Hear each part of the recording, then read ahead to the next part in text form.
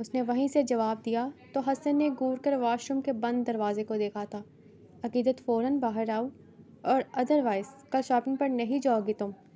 حسن نے فوراً دھمکی دی تھی اور یہ دھمکی اس کی سوچ کے عین مطابق کارآمد ثابت ہوئی۔ 2 منٹ بعد ہی عقیدت شاہ میرون رنگ کے شلوار قمیض میں ملبوس گیلے بالوں کے ہمراہ واش روم سے باہر آئی تھی۔ کیا کر رہی تھی ایسا واش روم میں جو اس قدر وقت لگا تمہیں؟ حسن نے سخت لہجے میں سوال کیا تو عقیدت نے شرم سے نظریں جھکائی جبکہ چہرہ سرخ ہوا تھا۔ اب وہ اسے تو ہرگز نہیں بتا سکتی تھی کہ کچھ پرسنل کر رہی تھی۔ کچھ نہیں، بس شاور لے رہی تھی، اس نے آہستہ آواز میں جواب دیا اور قدم ڈریسنگ کی جانب بڑھائے۔ حسن کی سخت نظریں خود پر محسوس کر کے وہ شرمندہ ہو رہی تھی جبکہ گڑبڑاہٹ بھی عروج پر تھی۔ لیکن آئندہ شاور میں اتنا ٹائم نہیں لگاؤ گی تم۔ اگر اتنا ٹائم چاہیے ہوتا ہے تو دن میں لیا کرو شاور۔ حسن نے سنجیدگی سے کہا تو اس نے اس بات میں سر ہلایا۔ اس نے برش اٹھانا چاہا تھا مگر گھبراہٹ کے مارے اس کا ہاتھ وہاں رکھی شیشے کی بوتل پر لگا تھا جس میں خوبصورت آرٹیفیشل لمبی ڈنڈیوں والے چند پھول رکھے تھے۔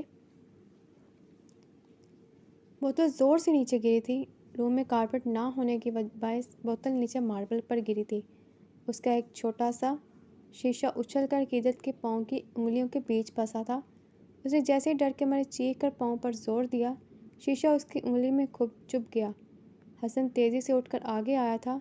اس نے عقیدت کو پیچھے کیا اور خود پاؤں سے وہ کانچ ایک طرف کیے۔ وہ ابھی واقف نہیں تھا کہ عقیدت کو شیشہ چبھا ہے، اس لیے وہ اس کی جانب سکون سے مڑا جو اب تکلیف کے باعث کھڑی آنسو بہا رہی تھی۔ ریلیکس میری جان، اس میں رونے کی کیا بات ہے؟ چیزیں ٹوٹ ہی جاتی ہیں۔ اٹس آل رائٹ، اس نے نرمی سے کہا اور عقیدت کو خود سے لگا گیا۔ تکلیف کے باوجود بھی عقیدت کو دل میں کچھ ہوا تھا۔ حسن پیچھے ہوا تو عقیدت کے چہرے پر تکلیف کے آثار دیکھ کر فکر مند ہوا۔ عقیدت طبیعت ٹھیک ہے تمہاری؟ اس نے نرمی سے سوال کیا تو عقیدت نے اس کے جانب دیکھا۔ میرے پاؤں میں کانچ چبھ گیا ہے، اس نے حسن کو بتایا تو حسن نے فوراً اسے باہوں میں بھرا اور بیڈ پر بٹھایا تھا۔ آج پھر وہ اس کے پاؤں کے پاس بیٹھا۔ کانچ کا پیس اتنا چھوٹا بھی نہیں تھا، اس لیے خون کافی بہہ رہا تھا انگلی سے۔ نازک سا سفید پاؤں اس وقت خون کے قطروں سے نم تھا۔ حسن شاہ نے نرمی سے کانچ نکالا مگر عقیدت پھر بھی تکلیف کے باعث سسکی۔ دل تو کر رہا ہے 2 لگا دوں تمہیں، اتنی عقل نہیں ہے کہ اپنا خیال رکھتے ہیں۔ آج تیسری دفعہ یہی حرکت کی ہے تم نے عقیدت۔ بندہ غلطی سے سیکھتا ہے، یہ نہیں کہ انہیں بار بار دہراتا ہے۔ کچھ دن پہلے بھی تمہیں ایک دفعہ کانچ چبھا تھا تو تمہیں چاہیے تھا نا آج فوراً پیچھے ہٹ جاتی۔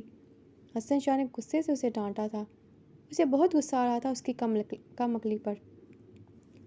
غلطی آپ کی ہے، آپ مجھے اس طرح دیکھ رہے تھے تو مجھے عجیب سا محسوس ہو رہا تھا، اسی لیے یہ سب ہوا، عقیدت نے باقاعدہ روتے ہوئے کہا تو حسن نے افسوس سے نفی میں سر ہلایا اور ساتھ اس نے ٹیشو سے خون صاف کیا اور نرمی سے پٹی کر دی۔ پٹی کر کے وہ پیچھے اس نے عقیدت کو بیڈ پر لٹایا اور خود بھی ساتھ لیٹ گیا۔ سارا موڈ آف ہو چکا تھا اور عقیدت کو اب تکلیف بھی تھی، اس لیے وہ اپنے ارادے کینسل کرتا انہیں آنکھیں موند گیا۔ آخرکار آج کا دن طلوع ہو ہی گیا تھا۔ آج مرحا کی رخصتی تھی۔ ارشمان شاہ کو آج تیسرا دن تھا۔ 2 دن حویلی میں ڈولکی رہی تھی جبکہ آج رخصتی ہونا تھی۔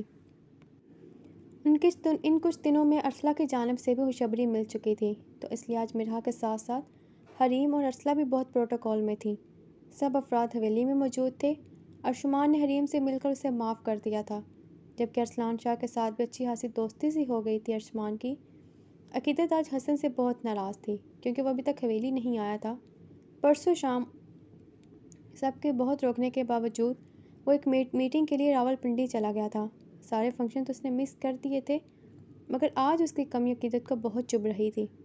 انجانے میں ہی صحیح وہ بہت اپسیٹ تھی، دل کہیں لگ ہی نہیں رہا تھا۔ اب تو مہمان بھی آنا شروع ہو چکے تھے اور ان محترم کا کوئی اتا پتہ نہیں تھا۔ یہاں تک کہ عروج نے کافی کالز کی تو سیل بھی آف تھا۔ سب بہت شدت سے اس کا انتظار کر رہے تھے جبکہ ارسلہ اور حریم عقیدت کی حالت سے محظوظ ہو رہی تھیں جو بہت چڑی ہوئی تھی اس وقت۔ اچھا بھیا بس کرو عقیدت، آ جائے گا تمہارا سائیں، سکون سے بیٹھو یہاں اور انجوائے کرو۔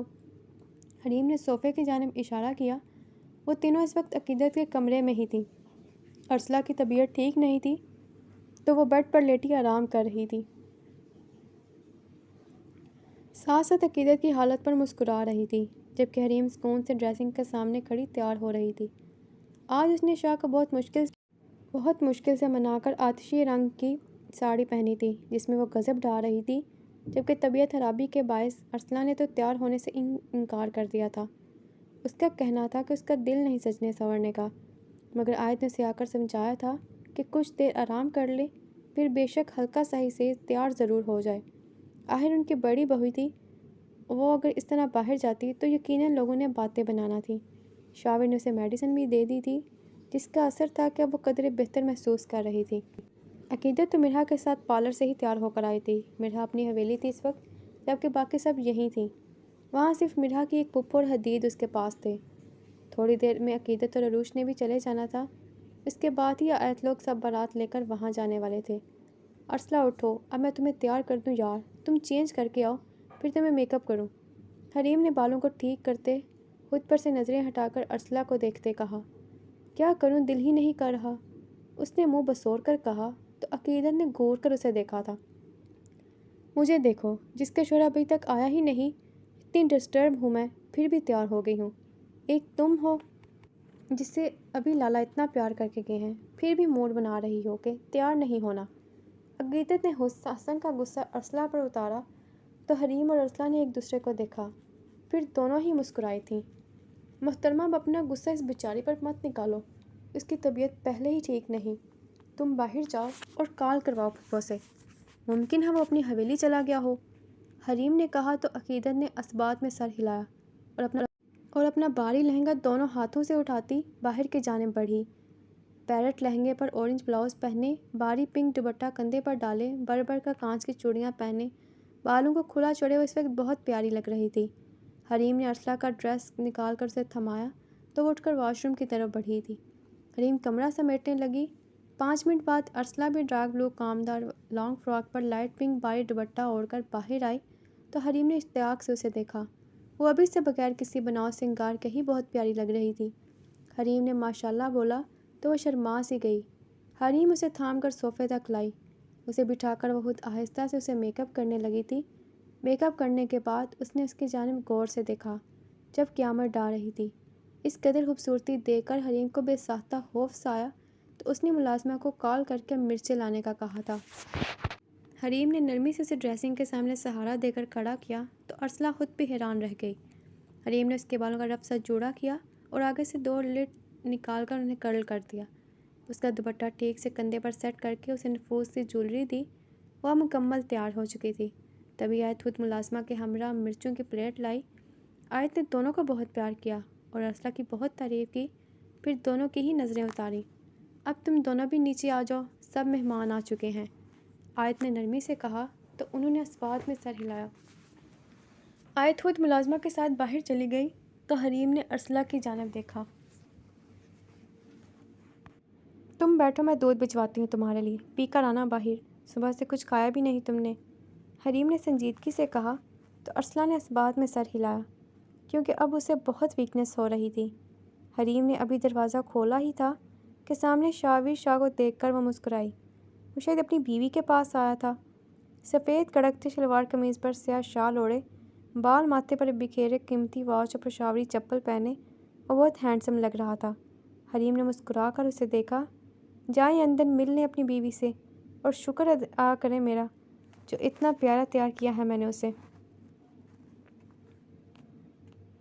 حریم نے ایک ادا سے کہا تو شاور نے سنجیدگی سے اس کے سر پر ہاتھ رکھا۔ وہ باہر چلی گئی تو شاور اندر داخل ہوا۔ ارسلہ جو صوفے پر بیٹھی نیچے جھک کر شوز پہن رہی تھی، شاور کی مہک محسوس کر کے اس نے سر اٹھایا تھا۔ شاور شاہ وہیں کا وہیں کھڑا رہ گیا۔ بے شک حریم ٹھیک کہہ رہی تھی، ارسلہ اس وقت کسی حور کی طرح ہی پیاری لگ رہی تھی۔ چہرے پر خوبصورتی کے ساتھ معصومیت اور حیا کے رنگ بھی اپنا آپ دکھا رہے تھے۔ شاور کچھ پل ٹھہر کر اسے دیکھتا رہا تو وہ کنفیوز ہوئی، پھر وہ محبت سے اسے دیکھتا اس کے قریب آیا۔ شاور نے قریب آ کر جھک کر ہونٹ اس کی پیشانی پر رکھے تو وہ دھیما سا مسکرائی۔ کیسی طبیعت ہے میری جان، وہ محبت سے اس کا دوپٹہ گلے پر پھیلاتا بولا تھا۔ جھکنے کی وجہ سے جو نظارہ اس نے دیکھا تھا وہ نہیں چاہتا تھا کوئی اور دیکھے۔ اس نے نامحسوس انداز میں دوپٹہ اس کے گلے پر ٹھیک سے پھیلا دیا اور خود اس کے پاس بیٹھا۔ اب ٹھیک ہوں بالکل، اس نے آہستہ آواز میں جواب دیا تو شاور نے اس بات میں سر ہلایا۔ اتنا تیار ہونے کی کیا ضرورت تھی ارسلہ؟ نظر لگ جائے گی تمہیں میری جان، شاور سنجیدگی اور فکر مندی سے بولا تو ارسلہ نے محبت سے اسے دیکھا۔ کچھ نہیں ہوتا مجھے، آنٹی پہلے ہی نظر اتار چکی ہیں، ویسے کم آپ بھی نہیں لگ رہے، تو نظر اتروا لیں آنٹی سے، اس نے محبت سے اس کا چہرہ دیکھتے ہوئے کہا تو شاور مسکرایا۔ مجھے چھوڑو اور خود پر دھیان دو، خیال رکھنا باہر اپنا، یہ نہ ہو رش میں کہیں گر جاؤ، اور تمہیں یہ ڈریس نہیں پہننا چاہیے تھا ارسلہ، یہ پاؤں میں آ گیا تو گر جاؤ گی تم۔ شاور کچھ زیادہ ہی فکر مند تھا اس کی جانب سے۔ ارسلہ اتنی فکر مندی پر مسکرا دی۔ میں احتیاط کروں گی، آپ پریشان مت ہوں، ویسے یہ نہیں کہ بندہ ڈائریکٹ کہہ دے کہ مجھے بہت پیاری لگ رہی ہو، انڈائریکٹ ہی تعریف کرنی ہے آپ کو تو، ارسلہ نے منہ بسوڑ کر کہا تو شاور نے کہکہا لگایا تھا۔ چلو ڈائریکٹ کہہ دیتا ہوں، ارسلہ شاور عالم شاہ، آپ اس وقت بے حد خوبصورت لگ رہی ہیں، دل کر رہا ہے فنکشن کو سائڈ پر کر کے آپ کو اٹھا کر روم میں لے جاؤں ابھی، شاور نے دل سے کہا تو ارسلہ اس کی آخری بات پر شرما گئی۔ اب اتنا بولنے کو بھی نہیں کہا میں نے، اس نے نظریں جھکا کر کہا تو شاور نے اس بات میں سر ہلایا۔ ابھی وہ کچھ کہتا کہ اس کا سیل رنگ ہوا، عالم کی کال تھی۔ شاور نے ایک دفعہ پھر محبت سے اسے خود سے لگا کر پیار کیا اور اٹھ کھڑا ہوا۔ اپنے اور اپنے دوپٹے کا خاص خیال رکھنا، شاور نے سنجیدگی سے کہا اور کال اٹینڈ کر کے کان سے لگاتا باہر کی جانب بڑھ گیا۔ جبکہ ارسلہ نے دوپٹے کی بات پر اپنے گلے پر ہاتھ رکھا تو وہاں دوپٹہ محسوس کر کے خود بخود اس کے ہونٹوں پر مسکان آئی۔ مسٹر اوور پوزیسو، اس نے آہستہ آواز میں شاور کو لقب سے نوازا اور اٹھ کھڑی ہوئی۔ ڈریسنگ کے سامنے کھڑے ہو کر اس نے دوپٹہ دونوں کندھوں پر پن اپ کیا۔ اس کا فائدہ یہ ہوا کہ خود کو کمفرٹیبل محسوس کرنے لگی تھی۔ پھر ملازمہ دودھ لے کر آئی تو اس نے جلدی سے دودھ پیا اور کمرے سے باہر آ گئی۔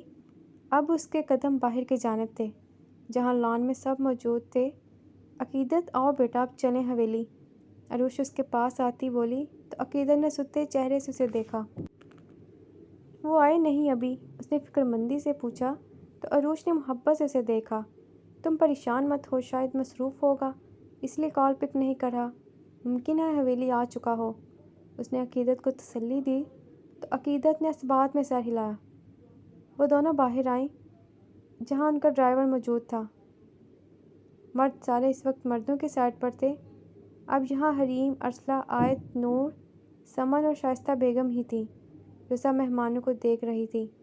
تھوڑی ہی دیر میں وہ سب بارات لے کر جانے والے تھے، اس لیے اب باہر سے گاڑیاں سٹارٹ ہونے کی آوازیں آ رہی تھیں، شاید وہ ابھی سے تیاری شروع کر رہے تھے۔ آیت نے ایک دفعہ پھر سارا خود چیک کیا اور ملازموں سے سارے تھال اٹھوا کر گاڑیوں میں رکھوائے۔ ارسلہ اور حریم کو اس نے خواتین کے پاس بٹھا دیا تھا کیونکہ ان کی طبیعت خراب ہو سکتی تھی۔ کتنی تعریف کی لانا میں پھر، حریم نے مسکرا کر آہستہ آواز میں اس سے سوال کیا تو ارسلہ جو شائستہ بیگم سے بات کر رہی تھی گھبرا کر رہ گئی۔ وہ بس طبیعت کا پوچھنے آئے تھے، اس نے آہستہ سے جواب دیا تو حریم نے گھور کر اسے دیکھا۔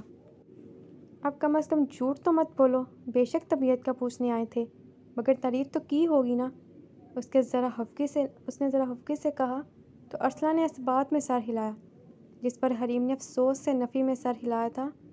یہ لڑکی ضرورت سے زیادہ ہی شرماتی تھی۔ کچھ دیر بعد بارات لے جانے کا وقت آیا تو سب باہر کی جانب بڑھیں، جبکہ مہمان بھی سب باہر آئے تھے۔ حریم پریشانی سے ادھر ادھر دیکھ رہی تھی، اسی شاہ کی گاڑی نظر نہیں آ رہی تھی۔ آیت ارشمان کے ساتھ، جبکہ ارسلہ شاویر کے ساتھ جا رہی تھی۔ عالم کے ساتھ شائستہ، نور اور سمن شاہ جا رہی تھیں۔ اف، اب کہاں جاؤں، کہیں شاہ بھی چلے تو نہیں گئے مجھے چھوڑ کر، اس نے پریشانی سے کہا کہ تبھی اسے اپنے کندھے پر کسی کا ہاتھ محسوس ہوا تھا۔ حریم کے ہونٹوں سے چیخ سی نمودار ہوئی۔ اس نے پلٹ کر دیکھا تو ارسلان شاہ کو دیکھ کر اسے سکون کی سانس آئی، جبکہ دل اب خوف کی وجہ سے دک دک کرنے لگا تھا۔ کہاں رہ گئے تھے آپ شاہ، چلیں جلدی سے، ماما لوگ تو سب نکل بھی گئے، اس نے پریشانی سے کہا تو ارسلان شاہ نے اس بات میں سر ہلایا۔ اس کی آنکھوں میں سرد پن سا محسوس ہوا تھا حریم کو، مگر وہ وہم سمجھتی اس کے پیچھے آئی۔ وہ دونوں گاڑی میں سوار ہوئے۔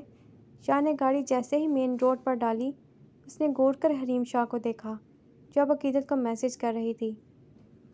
باہر چادر لے کر بھی آیا جا سکتا تھا۔ اس نے اچانک ذرا سخت لہجے میں کہا تو حریم نے سر اٹھا کر اسے دیکھا۔ وہ اب نہایت سنجیدگی سے ڈرائیو کر رہا تھا، اسے نہیں دیکھ رہا تھا۔ سوری، میں سچ میں بھول گئی شاہ، اس نے گھبرا کر کہا۔ اسے سچ میں شرمندگی ہوئی تھی۔ وہ یوں نہ جانے کتنے مردوں کے سامنے آئی تھی، ساڑی میں، ویسے ہی اس کا وجود بہت نمایاں ہو رہا تھا۔ یہ آخری بار تھا، آئندہ کے لیے ساڑی کو بھی بھول جاؤ، شاہ نے سخت آواز میں کہا۔ حریم نے اس کی جانب دیکھا اور ہونٹوں پر زبان پھیری۔ یقیناً وہ غصے سے بھرا بیٹھا تھا۔ شاہ پلیز معاف کر دینا، ناراض تو مت ہو مجھ سے، اس نے سیل گود میں رکھتے روندی آواز میں کہا۔ تو ارسلان شاہ نے گھور کر اسے دیکھا۔ میں نے کہا میں ناراض ہوں تم سے، بس بات بری لگی تو کہہ دیا تمہیں، اور پلیز اب رونے نہ لگ جانا، طبیعت خراب ہو جائے گی، شاہ نے نرمی سے کہا۔ تو حریم نے اثبات میں سر ہلایا اور اس نے قریب ہو کر سر شاہ کے کندھے پر ٹکا لیا۔ میں آج حویلی رک جاؤں، عقیدت بھی رک رہی ہے، اس نے محبت بھرے لہجے میں کہتے اجازت چاہی تھی، جبکہ ارسلان شاہ نے گھور کر اسے دیکھا، جو اب بچوں کی طرح ہونٹ باہر نکال چکی تھی۔ ہرگز نہیں، تم میرے ساتھ حویلی ہی چلو گی روستی کے بعد، شاہ نے سختی سے کہا۔ تو حریم نے ناراضگی سے دیکھا۔ شاہ پلیز، میرا بہت دل کر رہا ہے، اتنے دنوں بعد کہہ رہی ہوں پلیز، اس نے التجا کی تھی، مگر ارسلان شاہ سپیڈ بڑھا چکا تھا۔ حریم تو بچکانہ حرکتیں کرو گی، اگر میں نے تمہیں ان سب کے ساتھ چھوڑ دیا تو، اور تمہاری اس حالت میں ہم ایسا کچھ بھی افورڈ نہیں کر سکتے، جب پلیز بحث نہیں کرو، شاہ نے سنجیدگی سے بات ختم کی تھی، جبکہ حریم نے گھور کر اسے دیکھا تھا، جو اب محویت سے ڈرائیو کر رہا تھا۔ عقیدت اور عروج حویلی پہنچی تو وہاں بھی کافی مہمان آ چکے تھے۔ مرحا کو بھی اسٹیج پر بٹھایا جا چکا تھا، مرحا کے ددیال والے ہی اس کے آس پاس تھے۔ عروج اور عقیدت مہمانوں سے ملی، پھر تھوڑی دیر بعد آیت کی کال آئی تھی کہ وہ لوگ حویلی سے نکل چکے ہیں۔ عقیدت نے ابھی تک حسن شاہ کو نہیں دیکھا تھا، اس کا دل کر رہا تھا روم میں جا کر دیکھ لے کہ اس کا سامان موجود ہے کہ نہیں، مگر پھر وہ وقت ہی نہیں نکال سکی۔ وہ مرحا کے پاس اسٹیج پر آ کر بیٹھ گئی، جو اس وقت بہت ایموشنل ہو رہی تھی۔ ریلیکس رہو، ہمیشہ کے لیے نہیں جا رہی تم، لالا لے آئیں گے تمہیں واپس جیسے ہی ان کی پوسٹنگ ہوگی، اور ویسے بھی ہم سب آتے رہیں گے ملنے، کبھی ہم آ جائیں گے، کبھی آپ دونوں آ جایا کرنا، عقیدت نے اس کا ہاتھ تھام کر تسلی دیتے ہوئے کہا۔ تو مرحا نے نم آنکھوں سے اسے دیکھا۔ مجھے بالکل عادت نہیں اکیلے رہنے کی، تمہارے لالا تو سارا سارا دن ڈیوٹی پر ہوں گے، میں کیا کروں گی اکیلی، اس نے گھبراہٹ کے مارے کہا۔ تو عقیدت بھی سوچنے پر مجبور ہو گئی کہ وہ ٹھیک ہی کہہ رہی تھی، یقیناً اس کے لیے مشکل وقت تھا یہ۔ تم رکو یا مجھے کال کر دینا نا، ہم بات کرتے رہیں گے، اور میں لالا سے کہوں گی کہ تمہیں پراپر ٹائم دیں گے، وہ اپنے کام کی خاطر تمہیں ہرگز نظر انداز نہیں کریں گے۔ ویسے میں جانتی ہوں مجھے کہنے کی ضرورت نہیں ہے، کیونکہ میرے لالا ویسے بھی بہت ذمہ دار ہیں، عقیدت نے مان سے کہا۔ تو مرحا نے اثبات میں سر ہلایا۔ تم خوش بھی ہو یا صرف گھبراہٹ ہو رہی ہے، عقیدت نے بوئیں اٹھا کر سوال کیا۔ تو مرحا اس کے انداز پر ہلکا سا مسکرائی۔ میں خوش بھی ہوں عقیدت، بلکہ مجھے یقین ہی نہیں آ رہا کہ اب میں مان کے ساتھ جانے والی ہوں، ہمیشہ ہمیشہ کے لیے، مرحا نے سچے جذبات سے کہا۔ تو عقیدت نے ماشاء اللہ بولا اور مسکرائی۔ ویسے تمہارے لالا کدھر ہیں، تم ملی ہو ان سے، مجھے تو دکھ ہی نہیں رہے کہیں، عقیدت نے سنجیدگی سے پوچھا۔ تو مرحا نے مصنوعی کھانس کر اسے چھیڑا، جس پر عقیدت نے اسے گھور کر دیکھا تھا۔ جی لالا کب کے پہنچ چکے ہیں اور مجھ سے مل کر گئے ہیں مردان خانے میں، تمہارا اور ماما کا پوچھ رہے تھے، تو میں نے بتا دیا آپ دونوں شاہ حویلی گئی ہو، مرحا نے جواب دیا۔ تو عقیدت کو سکون کا سانس آیا، دل تو کب سے بے چین تھا، اب دل کا قرار ملا تھا۔ عقیدت اب پرسکون انداز میں سیدھی ہو بیٹھی، اب ہونٹوں پر دھیمی سی مسکراہٹ کا اضافہ بھی ہو چکا تھا۔ بارات آ گئی ہے عقیدت، آؤ بیٹا استقبال کرو، عقیدت مرحا کی کزنز کے ساتھ مل کر اسے چھیڑ رہی تھی، جب عروج نے آ کر اسے پکارا۔ مرحا کا دل زور زور سے دک دک کرنے لگا تھا، وہ بہت گھبراہٹ کا شکار تھی۔ عقیدت اپنا بھاری لہنگا سنبھالتی نیچے آئی، وہ ابھی گیٹ کے سامنے پتھروں کی سڑک پر آ کر کھڑی ہوئی ہی تھی کہ اسے اپنے پیچھے محسوس کلون کی مہک آئی تھی۔ عقیدت نے مڑ کر دیکھا تو دل زوروں سے دھڑکا تھا۔ حسن شاہ سیاہ کرتا شلوار پر گرے ویسٹ کوٹ پہننے والوں کو خوبصورتی سے سیٹ کیے بے حد ہینڈسم لگ رہا تھا۔ وہ اس وقت عقیدت کے بالکل قریب کھڑا تھا، اس قدر قریب کہ عقیدت کی کمر کا اس کا سر اس کے سینے پر لگ رہا تھا۔